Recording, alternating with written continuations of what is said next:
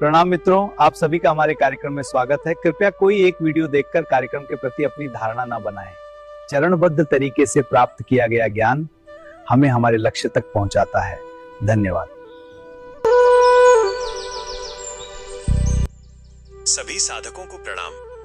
सत्य की खोज में निकले किसी भी जिज्ञासु के लिए मनन वह अनिवार्य प्रक्रिया है जो सुने हुए उपदेशों को केवल सूचना न रहने देकर उन्हें जीवंत अनुभव में बदल देती है। जब हम किसी प्रामाणिक स्रोत से ज्ञान ग्रहण करते हैं तो वो हमारे मस्तिष्क के बाहरी हिस्से में संचित होता है। मनन उस ज्ञान को मथने की वह विधि है जिससे संशय का विष समाप्त होता है और निश्चय का अमृत प्राप्त होता है। इस मार्ग पर आगे बढ़ने का अर्थ मनोरंजन या चमत्कारिक कथाओं में उलझना नहीं, बल्कि विवेक की कसौटी पर हर तर्क को कसना है।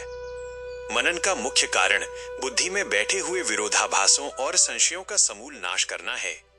जब तक बुद्धि किसी विषय पर पूर्णतः सहमत नहीं होती, तब तक वह ज्ञान आचरण में नहीं उतर सकता। इसकी प्रक्रिया अत्यंत व्यवस्थित है।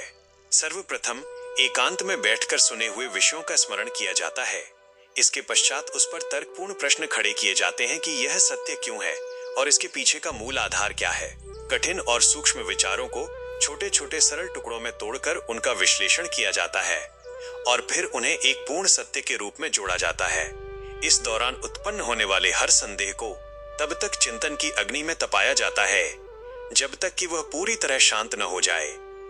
इस साधना की उपयोगिता यह है कि यह साधक की बुद्धि को निश्चयात्मक बनाती है। यह प्रक्रिया केवल रटने की नहीं, बल्कि सत्य को अपनी बुद्धि का निजी निष्कर्ष बनाने की है। जब साधक धैर्य और एकाग्रता के साथ इस विधि को अपनाता है तो परिणाम स्वरूप उसे वो स्पष्टता प्राप्त होती है जहां कोई भी तर्क उसे विचलित नहीं कर पाता। यही वो अवस्था है जो उसे गहन ध्यान की ओर ले जाती है, जहां ज्ञाता और ज्ञान के बीच की दूरी समाप्त होने लगती है। साधकों के लिए आत्मचिंतन के प्रश्न। क्या आपने कभी किसी उपदेश को बिना तर्क की कसौटी पर कसे केवल इसलिए मान लिया क्योंकि वो किसी बड़े स्रोत से आया था? मनन के दौरान जब कोई संशय उठता है तो क्या आप उसे दबा देते हैं या उसे तर्कपूर्ण समाधान तक ले जाते हैं? क्या आपके द्वारा अर्जित किया गया ज्ञान आपकी अपनी बुद्धि का निजी अनुभव बन चुका है?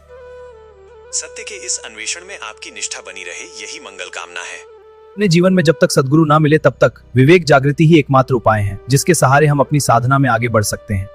हमारे ऑनलाइन कार्यक्रमों की अधिक जानकारी के लिए डिस्क्रिप्शन बॉक्स चेक करें। धन्यवाद। Subscribe for more details.